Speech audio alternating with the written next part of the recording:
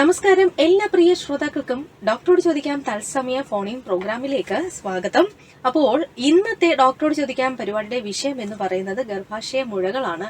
അപ്പോൾ ഈ വിഷയത്തിൽ ശ്രോതാക്കളുടെ സംശയങ്ങൾക്ക് മറുപടി നൽകാനായി നമ്മളോടൊപ്പം ഉള്ളത് ഡോക്ടർ ആതിരയാണ്. കൊല്ലം കിംസ് ഹെൽത്ത് ആശുപത്രിയിലെ ഗൈനക്കോളജിസ്റ്റ് ആണ്. ഡോക്ടർ സ്വാഗതം. Thank you. അപ്പോൾ ഇത് തത്സമയ ഫോണിൻ പ്രോഗ്രാം ആണ്. വിളിക്കേണ്ട നമ്പർ 074293111 ഈ നമ്പറിലേക്ക് വിളിക്കുക. അപ്പോൾ ഗർഭാശയ മുഴകളെ കുറിച്ചുള്ള നിങ്ങളുടെ സംശയങ്ങൾക്ക് 4:30 വരെ വിളിക്കാവുന്നതാണ്. ഡോക്ടർ, നമുക്ക് ആദ്യം തന്നെ ഗർഭാശയ മുഴകളെ കുറിച്ചൊന്ന് പറഞ്ഞു തുടങ്ങാം അല്ലെ? എന്താണ് ഗർഭാശയ മുഴകൾ എന്ന് പറയുന്നത് അഥവാ ഫൈബ്രോയിഡ്സ്? ഇത് സ്ത്രീകളില് ഗർഭപാത്രത്തില് സ്മൂത്ത് മസിൽ, അതായത് ഗർഭപാത്രത്തിലെ മസിലിൽ നിന്നുണ്ടാകുന്ന ഒരു തരം ട്യൂമറാണ്. പൊതുവെ ക്യാൻസറോ അങ്ങനെയൊന്നും ആകാൻ സാധ്യതയില്ലാത്ത വലിയ ഉപദ്രവകാരികളല്ലാത്ത തരത്തിലുള്ള മുഴകളാണിത്. ഓക്കെ, ഇത് പ്രധാനമായി ഇങ്ങനെ വരാനുള്ള ഒരു സാഹചര്യം?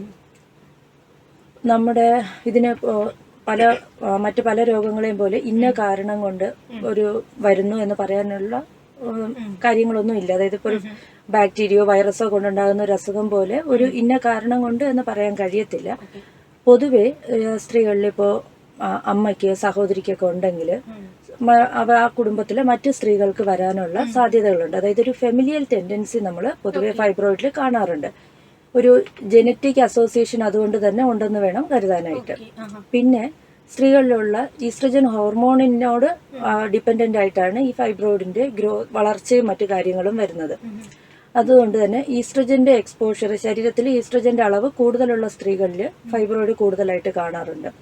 അപ്പോൾ പ്രധാനമായിട്ടും വളരെ നേരത്തെ മെൻസസ് തുടങ്ങുന്ന സ്ത്രീകളിൽ, അതായത് 10 വയസ്സിലും 11 വയസ്സിലും ഒക്കെ നേരത്തെ മെൻസസ് തുടങ്ങുന്ന സ്ത്രീകളിൽ, മാസമുറ താമസിച്ച് നിൽക്കുന്ന സ്ത്രീകളിൽ 53-54 വയസ്സ് വരെയൊക്കെ മെൻസസ് നീണ്ടുപോകുന്ന സ്ത്രീകളിൽ, അപ്പോൾ അവർക്ക് ഈസ്ട്രജൻ എക്സ്പോഷർ വളരെ കൂടുതലാണ്. അപ്പോൾ അതുകൊണ്ട് തന്നെ അവർക്ക് ഫൈബ്രോയിഡ്സ് കൂടുതലായിട്ട് കാണാറുണ്ട്.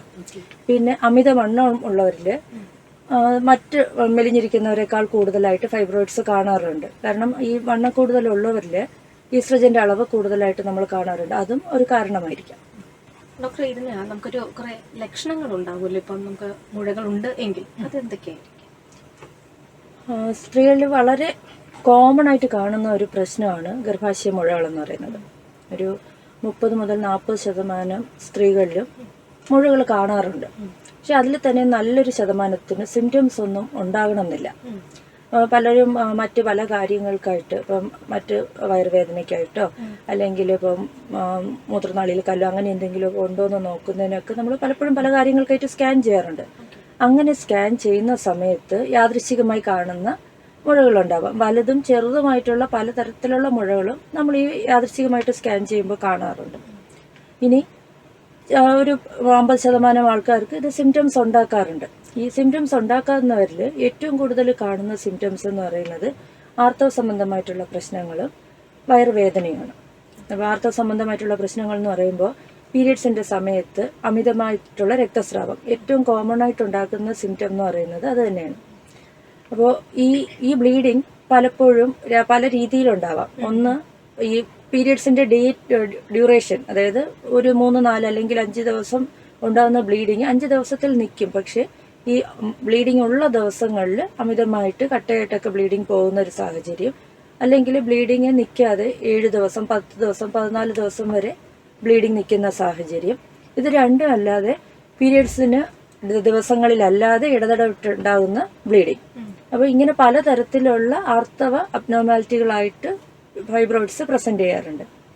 രണ്ടാമതുള്ളത് പെയിനാണ്, അതായത് വേദന. അത് പ്രധാനമായിട്ടും ഈ പീരിയഡ്സിന്റെ സമയത്തുണ്ടാകുന്ന വേദനകളാണ് ഏറ്റവും കോമൺ ആയിട്ട് കാണുന്നത്. പിന്നെ ചില സാഹചര്യങ്ങളിൽ പീരിയഡ്സിനായിട്ട് അനുബന്ധിച്ചല്ലാതെയും പെയിൻ ഉണ്ടാകാറുണ്ട്. അത് ചില സമയത്ത് ഫൈബ്രോയിഡ്സിൽ ചില കോംപ്ലിക്കേഷൻസ് വരുന്നതിന്റെ ഭാഗമായിട്ടും അല്ലാതെയും പീരിയഡ്സിന് പുറത്ത് പെയിൻ വന്ന് കാണാറുണ്ട്.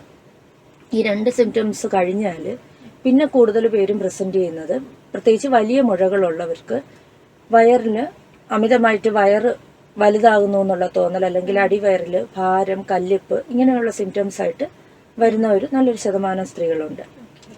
ഇനി ഇതൊന്നും ഇല്ലാതെ വേറൊരു വിഭാഗത്തിന് ഫൈബ്രോയിഡ്സ് ആർത്തവ സംബന്ധമായിട്ട് യാതൊരു പ്രശ്നങ്ങളും ഇല്ല. എന്നിരുന്നാലും അവർക്ക് ഈ ഫൈബ്രോയിഡിന്റെ സൈസ് വലുതായതുകൊണ്ട് തന്നെ പ്രഷർ സിംറ്റംസ് എന്ന് പറയും. ഇപ്പോൾ യൂറിൻ പോകുന്ന ബ്ലാഡർ യൂട്രസിന് തൊട്ട് ഫ്രണ്ടിലാണ് ഇരിക്കുന്നത്. അപ്പം യൂട്രസിൻ്റെ സെർവിക്സിലൊക്കെ ഇരിക്കുന്ന ഫൈബ്രോയിഡ് ഉണ്ടെങ്കിൽ അത് കാരണം മൂത്രം പോകുന്നതിന് തടസ്സം ഉണ്ടാവും. അപ്പം ചിലപ്പോൾ ഒട്ടുമേ മൂത്രം പോകുന്നില്ല എന്ന് പറഞ്ഞ് കാഷ്വാലിറ്റിയിൽ വരെ വരുന്ന സ്ത്രീകളുണ്ട്. മോഷൻ പോകുന്നതിന് തടസ്സം വരാറുണ്ട്, കാലില് നീര്, അപ്പോൾ ഇങ്ങനെയുള്ള സിംറ്റംസ് ആയിട്ട് പ്രസന്റ് ചെയ്യാറുണ്ട്. ഒരുപാട് പ്രശ്നങ്ങൾ വരുന്നുണ്ട് സൈഡിൽ കേട്ടോ. നമ്മൾ വിചാരിക്കുന്ന ഒരു പ്രശ്നങ്ങൾ മാത്രമല്ല അല്ലേ, ചിലപ്പോൾ വിചാരിക്കും വേദന വരാം, പക്ഷെ അത് മാത്രമല്ല ലക്ഷണങ്ങളായിട്ട് വരുന്നത്. അതെ, ചില സമയത്ത് ഫൈബ്രോയിഡ്സ് നമുക്കൊരു എമർജൻസി ആയിട്ട് പോലും പേഷ്യൻസ് വരാറുണ്ട്. ഇതിനകത്ത് ഫൈബ്രോയിഡിൽ നിന്ന് ഉള്ളിലേക്ക് ബ്ലീഡിങ് വന്നിട്ട് പേഷ്യൻസ് വരാറുണ്ട്. ചിലപ്പോൾ സിവിയർ പെയിൻ ആയിട്ട് ഇത് ടോർഷനൊക്കെ സംഭവിച്ചിട്ട് പെയിൻ ആയിട്ട് വരാറുണ്ട്. അങ്ങനെ പല രീതിയിൽ വരാറുണ്ട്. പക്ഷെ അതൊക്കെ വളരെ അപൂർവമായിട്ട് വരുന്ന കോംപ്ലിക്കേഷൻസ്. ഇതിപ്പം എനിക്ക് തോന്നുന്നു ഇപ്പോൾ കൂടുതൽ ആളുകളിലും ഇത്തരം മുഴകൾ കാണുന്നുണ്ട് എന്ന് തോന്നുന്നു അല്ലെ, കുട്ടികളിലും ഒക്കെ കൂടുതൽ. പ്രത്യേകിച്ച് ഇപ്പം വളരെ നേരത്തെ തന്നെ കുട്ടികളൊക്കെ ഇത്തരം പ്രായമാകുന്ന സാഹചര്യമായതുകൊണ്ട് അവർക്കും ഒക്കെ ഇത് കൂടുതലായി കാണുന്നുണ്ടോ?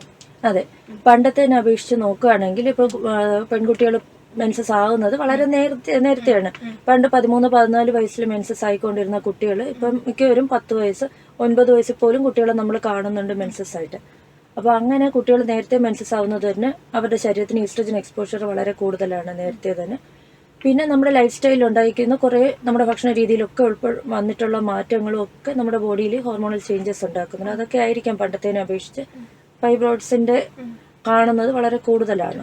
ഡോക്ടർ, ഇതിപ്പോ നമുക്കൊരു സാധാരണ വേദന എന്നുള്ളത്, കാരണം എല്ലാവരും പറഞ്ഞു കേൾക്കാറുണ്ട് പീരീഡ്സ് ഒക്കെ ഉള്ളപ്പോൾ ആദ്യത്തെ കുറച്ച് ദിവസം വേദന ഉണ്ടാകും. അപ്പൊ ഈ വേദന ചിലപ്പോൾ അത് വിചാരിച്ച് പലരും അവഗണിക്കാറുണ്ടല്ലോ. ചിലപ്പോൾ മുഴയുള്ളത് കൊണ്ടുള്ള പെയിൻ ആണിത് എന്ന് നമുക്ക് തിരിച്ചറിയാൻ പറ്റുന്ന തരത്തിലേക്ക് എങ്ങനെയാണെന്ന് പറഞ്ഞുതരാൻ പറ്റുന്നു? പീരീഡ്സിന്റെ സമയത്തുണ്ടാകുന്ന പെയിന് നമുക്ക് ഇന്ന പെയിൻ കൊണ്ടുണ്ടാകുന്ന വേദന എങ്ങനെയായിരിക്കും എന്ന് പറയാൻ പ്രയാസമാണ്. നല്ലൊരു ശതമാനം സ്ത്രീകളിലും ആ മെൻസസ് തുടങ്ങുന്ന ആദ്യത്തെ കുറെ വർഷങ്ങള് പീരീഡ്സിന്റെ സമയത്ത് പെയിൻ ഉണ്ടാവാറുണ്ട്. നമ്മൾ ഡിസ്മെനോറിയ എന്ന് പറയുന്നത് അത് യൂഷ്വലി പീരീഡ്സ് തുടങ്ങുന്ന ആദ്യത്തെ ദിവസങ്ങളിൽ 2ാമത്തെ ദിവസമൊക്കെ പെയിൻ ഉണ്ടാവും. അത് ഒരു നല്ലൊരു ശതമാനത്തിനും സഹിക്കാവുന്ന രീതിയിലായിരിക്കും പെയിൻ. സഹിക്കാൻ പറ്റാത്ത രീതിയിൽ പെയിൻ വരുന്നവർക്ക് നമ്മൾ ചിലപ്പോൾ മെഡിസിൻസ് ഒക്കെ കൊടുത്ത് കൺട്രോൾ ചെയ്ത് കൊണ്ടുപോകേണ്ടി വരാറുണ്ട്. പക്ഷെ ഇത് എന്ത് തരം പെയിൻ ആണ് എന്ന് അറിയണമെങ്കിൽ നമുക്ക് മിക്കപ്പോഴും ബാക്കി ഇവാലുവേറ്റ് ചെയ്ത് സ്കാനിങ്ങും മറ്റും ചെയ്താൽ മാത്രമേ അറിയാൻ പറ്റുള്ളൂ. ഇപ്പൊ ഇങ്ങനൊരു പ്രശ്നമായതുകൊണ്ട് ഈ വിവാഹം കഴിക്കാത്ത കുട്ടികൾ ഇത്തരത്തിലുള്ള പരിശോധനയ്ക്കോ അല്ലെങ്കിൽ ഇങ്ങനെ ട്രീറ്റ്മെന്റിനോ തയ്യാറാകുന്നത് കൊണ്ട്, അല്ലെങ്കിൽ ചിലർക്ക് ബുദ്ധിമുട്ടായിരിക്കാം, വരാത്തവരുണ്ടാകാം, അല്ലെങ്കിൽ പറയാൻ ബുദ്ധിമുട്ടുണ്ടായിരിക്കാം, അങ്ങനെയൊക്കെ പലതും ഡോക്ടർ കണ്ടിട്ടുണ്ടാവുമല്ലോ. ഇത് അവർക്ക് എന്തെങ്കിലും ബുദ്ധിമുട്ട് വരുത്തുമോ ശരിക്കും പറഞ്ഞാൽ? ഞാൻ ആദ്യത്തെ ചോദ്യത്തിന് പറഞ്ഞപ്പോൾ നമ്മൾ പറഞ്ഞു സിംറ്റംസ് 50% പേരിലെങ്കിലും ഇത് സിംറ്റംസ് ഒന്നും ഉണ്ടാക്കാറില്ല. അപ്പോൾ പല സ്ത്രീകൾക്കും ചിലപ്പോൾ ആദ്യത്തെ പ്രഗ്നൻസിയോടുകൂടി നമ്മളൊരു പ്രഗ്നൻസിയുടെ സ്കാൻ ചെയ്യുമ്പോഴായിരിക്കും ഫൈബ്രോയിഡ് ഉണ്ടോന്ന് അറിയുന്നത്, അല്ലെങ്കിൽ മറ്റെന്തെങ്കിലും കാര്യത്തിന് വേണ്ടി സ്കാൻ ചെയ്യുമ്പോഴായിരിക്കും അറിയുന്നത്. അപ്പോൾ എല്ലാവരിലും ഇപ്പം ഫൈബ്രോയിഡ് ഉണ്ട് എന്ന് വെച്ചാൽ അത് ഒരു സിംറ്റവുമായിട്ട് ഒരിക്കലും കോറിലേറ്റ് ചെയ്യാൻ പറ്റത്തില്ല. ചില സാഹചര്യത്തിൽ വളരെ വലിയ മുഴകൾ 10 സെന്റിമീറ്റർ 15 സെന്റിമീറ്റർ ഒക്കെ വലിപ്പമുള്ള മുഴകൾ ഉണ്ടെങ്കിൽ പോലും ഇതൊന്നും അറിയാതെ പോകുന്ന സ്ത്രീകളുണ്ട്. അത് അതിന്റെ ഫൈബ്രോയിഡിന്റെ ആ ഒരു പർട്ടിക്കുലർ പൊസിഷൻ കാരണമായിരിക്കും. എന്നാൽ ചിലപ്പോൾ ഒരു 2 സെന്റിമീറ്ററോ 3 സെന്റിമീറ്ററോ ഉള്ള മുഴ തന്നെ ഭയങ്കര സിവിയർ ആയിട്ടുള്ള സിംറ്റംസ് ഉണ്ടാക്കുന്ന സാഹചര്യങ്ങളും ഉണ്ടാവും. അപ്പം അറിയാതെ പോകുന്ന ഒരു സാഹചര്യം ഉണ്ടാകാനുള്ള സാധ്യത വളരെ കൂടുതലാണ്. അല്ല, ഇതിപ്പോ എന്റെ പ്രധാനപ്പെട്ട ചോദ്യം, ഇപ്പോ ഒരു വിവാഹം കഴിക്കാത്തൊരു കുട്ടികളെന്ന് പറയുമ്പോൾ അവർക്ക് ഇത്തരം ഒരു ടെസ്റ്റിന് വരാനൊരു മടി പലപ്പോഴും കണ്ടിട്ടുണ്ടോ? കാരണം അവരിൽ കൂടുതൽ കാണും, അവരതുകൊണ്ട് അവഗണിക്കപ്പെടുകയാണ് എന്നൊരു തോന്നൽ. കാരണം അതുകൊണ്ടാണോ ഇത് അറിയാതെ പോകുന്നത്? ഇനി രണ്ടാമത്തെ ഒരു പ്രധാന ചോദ്യം, ഇത് അഥവാ ഉണ്ടെങ്കിൽ പോലും ഇത്തരത്തിലുള്ള ചികിത്സ നടത്തുന്നുണ്ട് ചിലർക്ക് തോന്നല ഇതിപ്പോ വിവാഹത്തിന് മുമ്പേ ഇങ്ങനെ ഒരു ചികിത്സ തുടങ്ങേണ്ട ആവശ്യമുണ്ടോ എന്നൊരു സംശയം തോന്നാമല്ലോ. അതിനെ കുറിച്ച് എന്താ ഡോക്ടർ പറയാം? അല്ല, വിവാഹം കഴിക്കാത്ത കുട്ടികളിൽ മാത്രമല്ല നമുക്കിത് അറിയാതെ പോകുന്നത്. എല്ലാ പ്രായത്തിലുള്ള, അതായത് റീപ്രൊഡക്റ്റീവ് ഏജ് ഗ്രൂപ്പിലുള്ള നമ്മളിപ്പോൾ ഒരു മേ ബി 15 മുതൽ 50 വയസ്സ് 55 വയസ്സ് വരെയുള്ള സ്ത്രീകളിൽ എടുക്കുകയാണെങ്കിൽ ഈ പ്രായത്തിൽ എല്ലാവർക്കും വരാവുന്നതാണ്. എല്ലാ പ്രായത്തിലുള്ളവരിലും ഇത് ഡിറ്റക്ട് ചെയ്യാതെ പോകാനുള്ള സാധ്യതയും ഉണ്ട്. പക്ഷേ വിവാഹം കഴിഞ്ഞിട്ടുള്ളവർ മിക്കവരും ഈ പ്രഗ്നൻസി അങ്ങനെയൊക്കെയുള്ള കാര്യങ്ങൾക്കായിട്ട് എപ്പോഴെങ്കിലുമൊക്കെ ഹോസ്പിറ്റലിൽ പോകുന്നത് കൊണ്ട് തന്നെ അവരിൽ കുറച്ചുകൂടി നേരത്തെ കണ്ടുപിടിക്കപ്പെടുന്നുണ്ടാവും. പക്ഷെ ഇന്നത്തെ കാലത്ത് എനിക്ക് തോന്നുന്നില്ല ഒരുപാട് പേര് ഭയന്നിട്ടൊക്കെ ഹോസ്പിറ്റലിൽ പോകാതിരിക്കുന്ന കാര്യങ്ങളുണ്ടെന്ന് തോന്നില്ല. കുറച്ച് പെൺകുട്ടികളെല്ലാം കുറച്ചുകൂടി അവെയറാണ്, അവരുടെ ഹെൽത്തിനെ കുറിച്ച് കൺസേൺഡ് ആണ്. അതുകൊണ്ട് തന്നെ എല്ലാവരും ഇങ്ങനത്തെ സിംറ്റംസ് ഉണ്ടെങ്കിൽ നമ്മളിപ്പോൾ ഹോസ്പിറ്റലാണെങ്കിലും ഒരുപാട് കുട്ടികളെ കാണുന്നുണ്ട് പീരിയഡ്സിന്റെ സമയത്ത് പെയിനും മറ്റുമായിട്ട് അത് നോർമലാണോ, എന്തെങ്കിലും പ്രശ്നമുണ്ടോ എന്ന് ചോദിച്ചു വരുന്ന ഒരുപാട് കുട്ടികളുണ്ട്. അപ്പം അങ്ങനെ ഒരു ഇത് എനിക്ക് തോന്നുന്നില്ല. ഇത്തരം മുഴകൾ ഭാവിയിൽ ചിലപ്പോൾ ഒരു ഗർഭധാരണത്തിനൊക്കെ ബുദ്ധിമുട്ട് വരുന്ന സാഹചര്യത്തിലേക്ക് പോകാറുണ്ട്. ഉണ്ട്.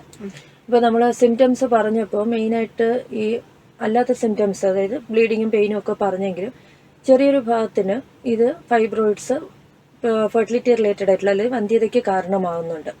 വന്ധ്യതയ്ക്ക് മാത്രമല്ല, ചില ഫൈബ്രോയിഡ്സ് കാരണം നിരന്തരമായിട്ടുള്ള അബോർഷനുകൾ, ഗർഭ അലസിപ്പോകലുകളും സംഭവിക്കാറുണ്ട്. അപ്പോൾ ഈ ഫൈബ്രോയിഡിന്റെ പൊസിഷനും അതിന്റെ നമ്പറും അതിന്റെ ഇരിക്കുന്ന ലൊക്കേഷൻ അതൊക്കെ അനുസരിച്ച് ഫൈബ്രോയിഡ്സ് വന്ധ്യതയ്ക്ക് കാരണമാകാം, അബോർഷന് കാരണമാകാം. അതുകൊണ്ട് തന്നെ ചിലപ്പോൾ അതിന് വേണ്ടിയിട്ട് വന്ധ്യത തന്നെ കാരണമായതുകൊണ്ട് തന്നെ നമുക്ക് ട്രീറ്റ്മെന്റ് സർജറി പോലും ചെയ്യേണ്ടി വരാറുണ്ട്.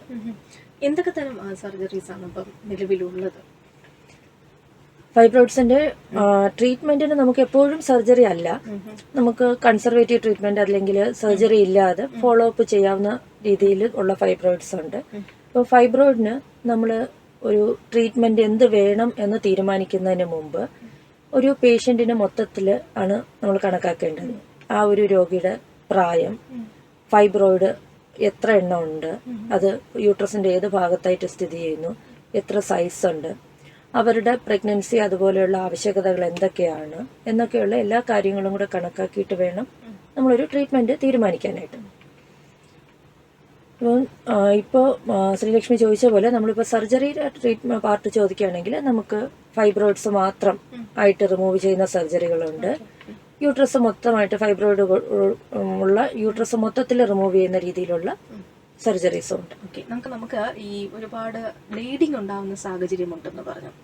അതിനെ കുറിച്ചിട്ടൊന്ന് വിശദീകരിക്കാമോ? ഈ ബ്ലീഡിംഗ് ഉണ്ടാവുന്ന ഒരു സാഹചര്യത്തെ കുറിച്ചിട്ട്, ഗർഭാശയ മുഴകളുമായി ബന്ധപ്പെട്ട്. ബ്ലീഡിങ് പീരിയഡ്സിന്റെ സമയത്തും അല്ലാതെയും ബ്ലീഡിങ് ഉണ്ടാകുന്നതിന് പല പല കാരണങ്ങളുണ്ട്.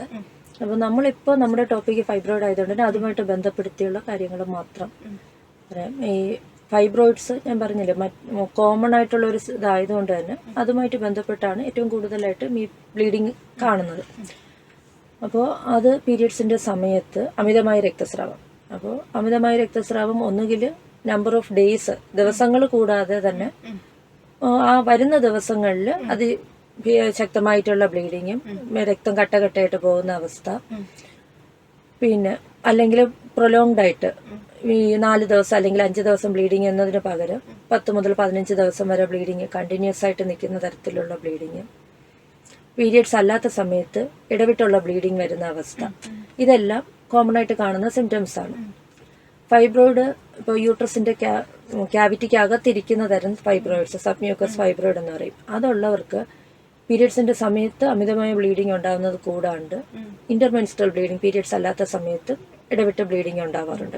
ഈ ബ്ലീഡിങ് കൂടുതലായിട്ട് വരുന്ന സാഹചര്യത്തിൽ സ്ത്രീകൾ രക്തക്കുറവ് അല്ലെങ്കിൽ വിളർച്ചയിലേക്ക് പോകാം. ചില സാഹചര്യങ്ങളിൽ സ്ത്രീകൾ ഇത് ഈ പറഞ്ഞ പോലെ പീരിയഡ്സിന്റെ ഡ്യൂറേഷൻ 4 മുതൽ 5 ദിവസത്തിൽ ബ്ലീഡിങ് നിൽക്കുന്നു. അങ്ങനെയുള്ളപ്പോൾ പലരും ഈ സെക്കൻഡ് ഡേ തേർഡ് ഡേ വരുന്ന ബ്ലീഡിങ് കട്ടയ്ക്കൊക്കെ പോയിരുന്നാൽ പോലും അത് നോർമൽ ആണ് എന്ന് വിചാരിക്കുകയും 5 ദിവസമല്ലേ എനിക്ക് ബ്ലീഡിങ് ഉള്ളൂ എന്ന് കരുതി ചികിത്സ തേടാതിരിക്കുന്നവരുണ്ട്. പലപ്പോഴും അവരെ നമുക്ക് മെഡിക്കൽ ഒപിയിൽ നിന്ന് അനീമിയ ആയിട്ട് ആണ് കിട്ടുന്നത്. അനീമിയ ഹീമോഗ്ലോബിൻ 5ഉം 6ഉം ഒക്കെ ആയിട്ട് അഡ്മിറ്റ് ചെയ്യുന്ന സാഹചര്യത്തിലാണ് നമ്മൾ ഇത് ഈ ബ്ലീഡിങ് കാരണമാണ് അവർക്ക് അനീമിയ വന്നതെന്ന് മനസ്സിലാക്കുന്നത്.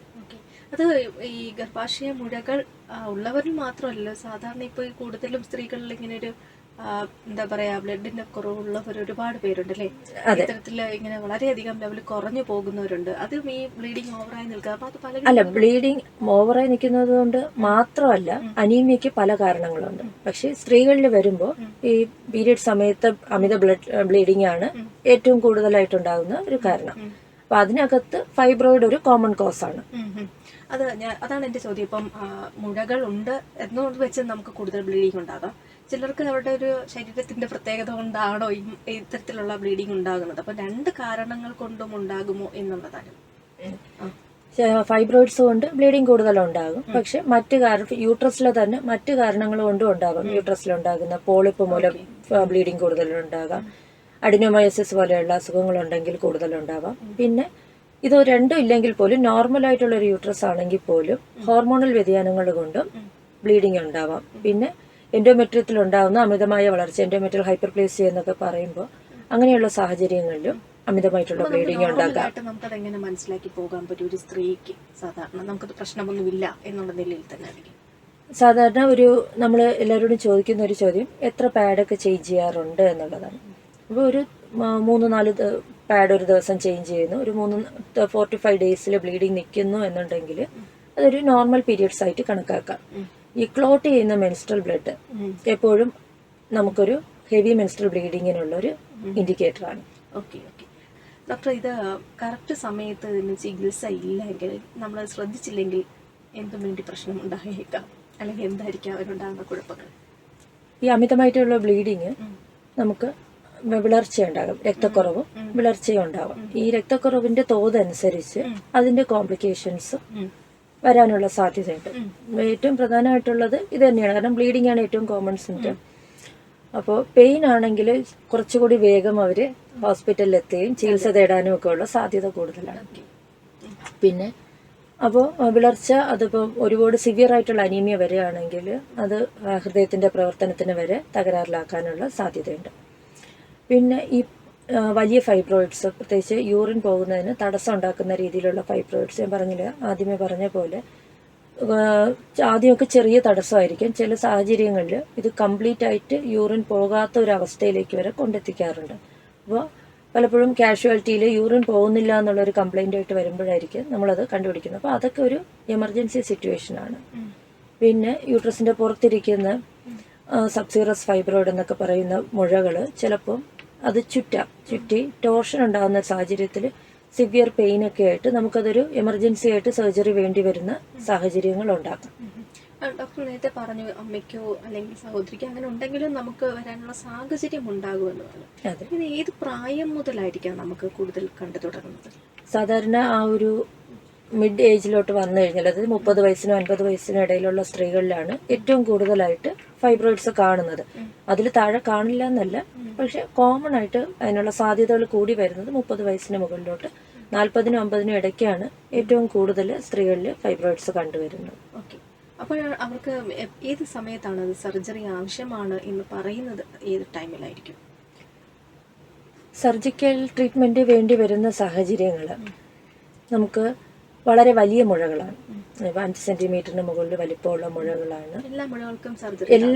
എല്ലാ മുഴകൾക്കും സർജറി വേണ്ട. ഞാൻ ആദ്യമേ പറഞ്ഞിരുന്നു, നമുക്ക് പേഷ്യന്റിന്റെ പ്രായം, അവർക്കൊരു പ്രഗ്നൻസിക്ക് ആവശ്യകതയുണ്ടോ ഇല്ലയോ എന്നുള്ളത്, ഈ ഫൈബ്രോയിഡ് സൈസ്, അത് യൂട്രസിന്റെ ഏത് ഭാഗത്ത് സ്ഥിതി ചെയ്യുന്നു, അത് എന്ത് സിംറ്റം ഉണ്ടാക്കുന്നു, എത്രത്തോളം തീവ്രമാണ് ആ സിംറ്റംസ് എന്നൊക്കെ ഉള്ളതിനനുസരിച്ചായിരിക്കും സർജറി വേണോ വേണ്ടയോ എന്നുള്ളത് തീരുമാനിക്കുന്നത്. ഇപ്പോൾ വലിയ ഫൈബ്രോയിഡ്സ്, ഇപ്പോൾ 10 സെന്റിമീറ്റർ 15 സെന്റിമീറ്റർ ഒക്കെ ഉള്ള ഒരു ഫൈബ്രോയിഡ് നമ്മൾ ആദ്യമായിട്ട് കാണുകയാണെങ്കിൽ പോലും അതിന്റെ വലിപ്പം കൊണ്ട് മാത്രം നമുക്കതിന് സർജറി ഇൻഡിക്കേറ്റഡ് ആണ്. അപ്പോൾ അങ്ങനെയുള്ള ഫൈബ്രോയിഡ് ചിലപ്പോൾ സിംറ്റംസ് ഒന്നും ഉണ്ടാക്കത്തില്ല. അപ്പോൾ സിംറ്റംസ് ഒന്നും ഇല്ലാതെ നമ്മൾ യാദൃശ്ചികമായി കണ്ടുപിടിച്ചൊരു ഫൈബ്രോയിഡ് ആണെങ്കിൽ വളരെ വലിയ മുഴകൾ സർജറി ചെയ്യുന്നതായിരിക്കും നല്ലത്. ഇനി ചെറിയ ഫൈബ്രോയിഡ്സ് ആണ്, പക്ഷേ ഒരു 3 സെന്റിമീറ്റർ ഫൈബ്രോയിഡാണ്, പക്ഷെ അത് സബ്മ്യൂക്കസ് ആയിട്ടുള്ള പൊസിഷനിലാണ് ഇരിക്കുന്നത്, അമിതമായിട്ടുള്ള ബ്ലീഡിങ് ഉണ്ടാക്കുന്നുണ്ട്. അങ്ങനെയാണെങ്കിൽ അത് സർജറി ചെയ്ത് റിമൂവ് ചെയ്യും. ഇത് സ്വയമേ ഇങ്ങനെ സൈസിൽ മാറ്റം വന്നുകൊണ്ടേ ഇരിക്കാറുണ്ടോ? അതെ, ഫൈബ്രോയിഡ് എല്ലാ ഫൈബ്രോയിഡും ആ ഒരു സൈസിലല്ല തുടങ്ങുന്നത്, വളരെ ചെറിയ ഫൈബ്രോയിഡായിട്ട് തുടങ്ങി വളരുകയാണ് ചെയ്യുന്നത്. ഇനി ഈ വളർച്ചയുടെ തോതും ഓരോ വ്യക്തിക്കും വ്യത്യസ്തമായിരിക്കും. ചിലർക്ക് ഒരു 2 സെന്റിമീറ്റർ അല്ലെങ്കിൽ 3 സെന്റിമീറ്റർ ഫൈബ്രോയിഡ് വർഷങ്ങളോളം അങ്ങനെ തന്നെ ഇരിക്കും, വളർച്ചയൊന്നും ഇല്ലാതെ. എന്നാൽ ചിലർക്ക് ഫൈബ്രോയിഡ് വന്നു കഴിഞ്ഞാൽ ഒരു 6 മാസം അല്ലെങ്കിൽ ഒരു വർഷത്തിനുള്ളിൽ 2 സെന്റിമീറ്ററിൽ നിന്ന് 6 സെന്റിമീറ്ററിലേക്കൊക്കെ വളർച്ച വരാം. അപ്പോൾ ഒരു പ്രഗ്നന്റ് ആയിരിക്കുന്ന ഒരു വ്യക്തിക്ക് ഇതുണ്ട്, അല്ലെങ്കിൽ ചിലപ്പോൾ ഒരു പക്ഷെ അപ്പോൾ ഒന്നും ചെയ്യാൻ കഴിയുന്നില്ല എങ്കിൽ ഇതൊരു ബുദ്ധിമുട്ടുണ്ടാക്കുമോ കുഞ്ഞു വളരുന്നതിനും ഇങ്ങനെ ഒരു മുഴയുള്ളതും ഒക്കെ ആയിട്ട് ബന്ധപ്പെട്ട്? അവിടെയും ഈ ഫൈബ്രോയിഡിന്റെ ലൊക്കേഷനാണ് ഏറ്റവും പ്രധാനം. ഫൈബ്രോയിഡ് യൂട്രസിന് പുറത്ത് സബ്സീറസ് ആയിട്ടിരിക്കുന്നത്, യൂട്രസിന്റെ ക്യാവിറ്റിക്ക് അകത്താണല്ലോ കുഞ്ഞ് കിടക്കുന്നത്. അപ്പോൾ അതിന് പുറമേ ഉള്ള ഫൈബ്രോയിഡ്സ് ആണ്, സബ്സീറസ് ലൊക്കേഷനിലൊക്കെ ഇരിക്കുന്ന ഫൈബ്രോയിഡ്സ് ആണ്. ഒരുപാട് വലുതൊന്നുമല്ല, ഒരു ഇടത്തരം സൈസിലുള്ള ഫൈബ്രോയിഡൊക്കെ ആണെങ്കിൽ പൊതുവേ അത് പ്രഗ്നൻസിയെ വലുതായിട്ട് ബാധിക്കാറില്ല. പിന്നെ ഈ ഫൈബ്രോയിഡ് ഒത്തിരി വലുതാണെങ്കിലുള്ള യൂട്രസും വലുതാകുന്നു, ഫൈബ്രോയിഡും വലുതാണ്. അങ്ങനെ അതുകൊണ്ടുള്ള ആ ഒരു വയറിനകത്ത് സ്പേസ് കുറയുന്നതിൻ്റെതും ആയിട്ടുള്ള ബുദ്ധിമുട്ട് ഒഴിച്ചാൽ കുഞ്ഞിനെ അത് വലുതായിട്ട് എഫക്റ്റ് ചെയ്യത്തില്ല. പക്ഷേ യൂട്രസിലെ മസിലിനുള്ളിലിരിക്കുന്ന ഇൻട്രാമ്യൂറൽ ടൈപ്പ് ഫൈബ്രോയിഡൊക്കെയാണ്, എണ്ണം കൂടുതലുണ്ട്. അങ്ങനെയൊക്കെ ഉള്ളപ്പോൾ അത് ഫൈബ്രോയിഡ് പ്രഗ്നൻസിയിൽ വലുതായിട്ട് വളരാറില്ല എങ്കിൽ പോലും അത് കാരണം ആദ്യം പ്രഗ്നൻസി ആകാനുള്ള ബുദ്ധിമുട്ട്, 2 പ്രഗ്നൻസി ആയിക്കഴിഞ്ഞാൽ മിസ്കാരേജ് വരാൻ, അബോർഷൻ ആകാനുള്ള സാധ്യത കൂടുതലാണ്. അപ്പോൾ ആദ്യത്തെ 3 മാസങ്ങളിൽ അബോർഷൻ ആകാനുള്ള സാധ്യത, പിന്നെ പ്രഗ്നൻസി മുന്നോട്ട് പോയി കഴിഞ്ഞാൽ തന്നെയും മാസം തികയാതെ പ്രസവ വേദന വരാനുള്ള സാധ്യത കൂടുതലാണ്. ഈ ഫൈബ്രോയിഡ് സൈസ് കൂടുതലൊക്കെ ആണെങ്കിൽ അതിൻ്റെ ഒരു മെക്കാനിക്കൽ ഇഫക്റ്റ് കാരണം സ്പേസ് കുറവായിരിക്കും, കുഞ്ഞിന് വളരാനുള്ള സ്പേസ് കുറയുന്ന ഒരു പ്രശ്നം വരാം. പിന്നെ പ്ലാസൻ്റ മറുപിള്ള വന്ന് അറ്റാച്ച് ചെയ്യുന്ന പൊസിഷൻ ചിലപ്പോൾ ഈ ഫൈബ്രോയിഡ് ഇരിക്കുന്നതുകൊണ്ട് താഴേക്ക് വരാം, പ്ലാസൻ്റ താഴ്ന്നിരിക്കുന്ന അവസ്ഥ വരാനുള്ള സാധ്യത കൂടുതലാണ്.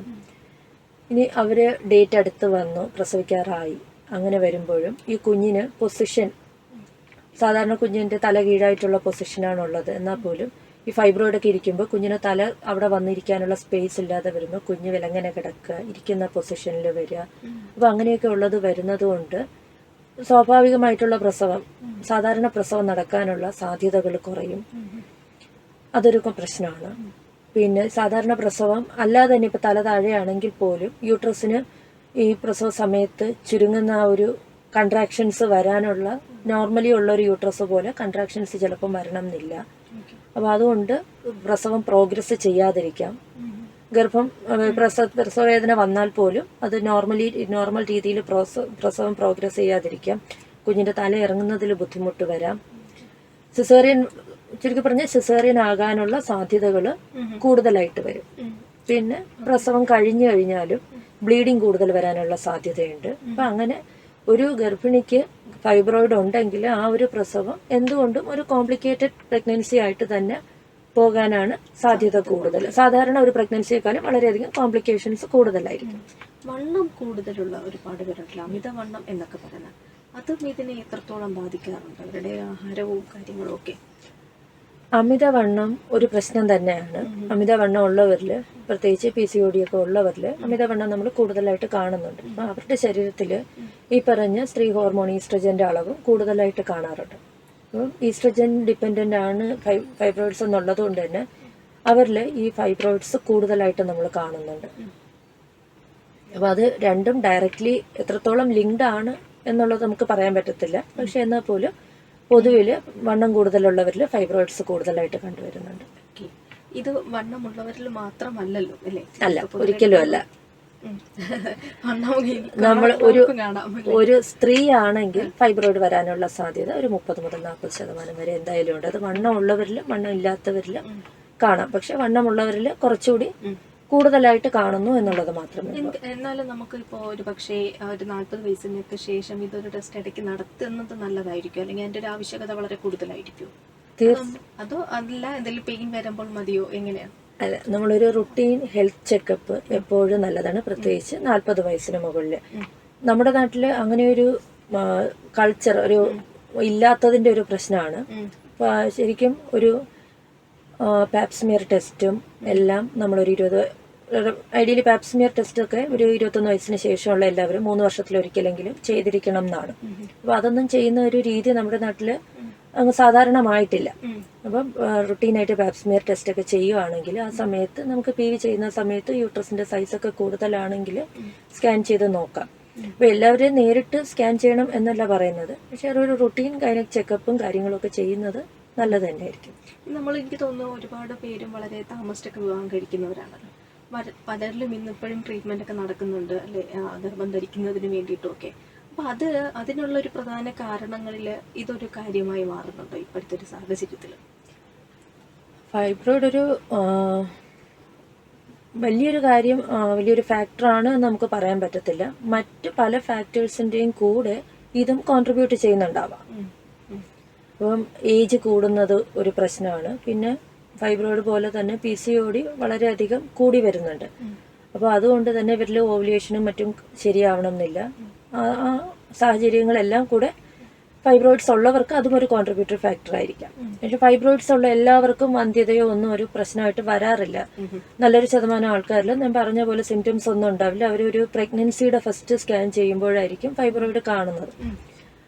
അപ്പോൾ fibroid directly involve in infertility എന്ന് പറയുന്നത് വളരെ കുറച്ച് ശതമാനം പേർക്ക് ഉണ്ടാവും. ഓക്കെ ഡോക്ടർ, ഇപ്പം നമുക്ക് അറിയാം ഈ ഗർഭാശയ മുഴകളെ കുറിച്ചിട്ട് നമ്മൾ ഇത്രയും പറഞ്ഞുവെങ്കിലും ഇതിനൊരു ഏറ്റവും കൂടുതൽ പ്രശ്നമായി അല്ലെങ്കിൽ ഒരാൾക്ക് ബുദ്ധിമുട്ട് ഉണ്ടാകുന്നതോ അല്ലെങ്കിൽ അയാളുടെ ജീവന് ബുദ്ധിമുട്ടുണ്ടാകുന്ന രീതിയിലൊക്കെ അങ്ങനെ ഒരു പ്രശ്നമാവാറുണ്ടോ, അല്ലെങ്കിൽ മറ്റെന്തെങ്കിലും അസുഖങ്ങളിലേക്ക് പോകാനുള്ള സാഹചര്യമുണ്ടോ? ഇതിനകത്ത് ഞാൻ പറഞ്ഞ പോലെ നേരത്തെ അനീമിയ വരുന്ന സിവിയർ ആയിട്ടുള്ള അനീമിയ വരുന്ന സാഹചര്യത്തിൽ നമുക്ക് അത് ഹൃദയത്തിൻ്റെ പ്രവർത്തനത്തെ ബാധിക്കാനും കാർഡിയാക് ഫെയിലിയർ ഒക്കെ ഉണ്ടാകാനുമുള്ള സാധ്യതയുണ്ട്. പിന്നെ പെട്ടെന്ന് ഈ അക്യൂട്ട് എമർജൻസി വരുന്ന സിറ്റുവേഷൻസ്, അതിനകത്ത് ഒന്നാണ് ഞാൻ പറഞ്ഞത്, നേരത്തെ പറഞ്ഞ പോലെ ടോർഷൻ ആവുന്ന സാഹചര്യം.